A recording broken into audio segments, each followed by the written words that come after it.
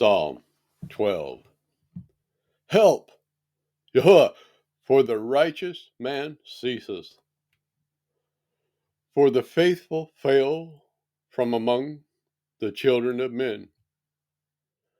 They speak vanity, every one with his neighbor, with the flattering lips, and with a double heart do they speak. Yahuwah shall cut off all flattering lips, and the tongue that speaketh proud things. Who have said, with our tongue will we prevail? Our lips are our own. Who is master over us?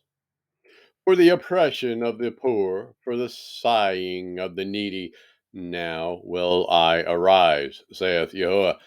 I will set him in safety from him that puffeth at him. The words of Yahuwah are pure words, as silver tried in a furnace of earth, purified 7 times. Thou shalt keep them. Oh, Yahuwah, thou shalt preserve them from this generation forever. The wicked walk on every side when the vilest men are exalted.